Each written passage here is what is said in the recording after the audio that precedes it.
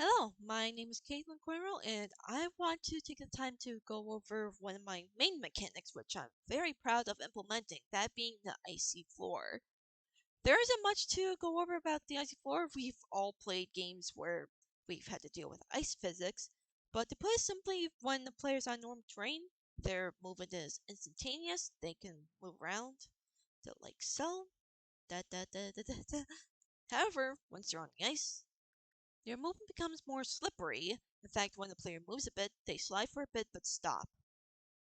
When the player's standing still, their movement doesn't become slippery. However, it's only when they're moving that the changes are really noticeable. However, once the player's off the ice, their movement becomes normal. Back on the ice, it becomes slippery. There's I wanted to make it so that the to make platforming more difficult, I needed some sort of a challenge. And so, considering that we're on a snowy mountain, what's more fitting than having to deal with the icy floor that makes platforming more of a challenge? And while playtesting the level, I even had difficulty playing against it, though. Surprisingly, I'm having an easier time here. But I'm honestly very proud of what I was able to do because the it makes the icy platform feel like ice without feeling unfair, as the player can still manage to beat all three paths, even with dealing with the icy physics as I tested myself.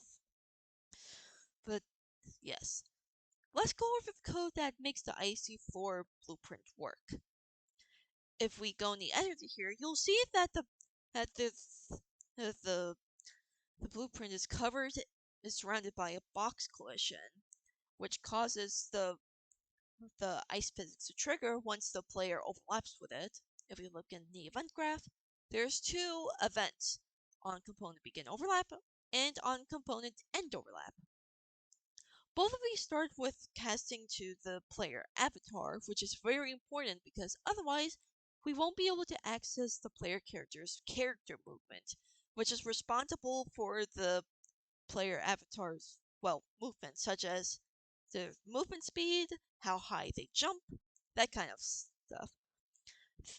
Then, no, we once the character movement is once we get character movement, we need to set its ground friction and braking deceleration walking depending on if they're on or off the ice. Which, if I quickly go back here, if they're on the ice, it's represented by on component begin overlap. When they're off the ice, it's represented by on component end overlap. I've also made some variables, those called ice ground friction and ice braking deceleration, which are meant to give the player that slippery feeling and give their movement less friction when on icy platforms. However, once the player leaves the icy platforms, their ground friction and braking deceleration walking returns to normal here. That's all I wanted to say about the icy floor mechanic. It's very simple to implement, surprisingly, and I'm very proud of what I was able to make good with the blueprint. Thank you very much for watching, and I hope you find this to be very informative.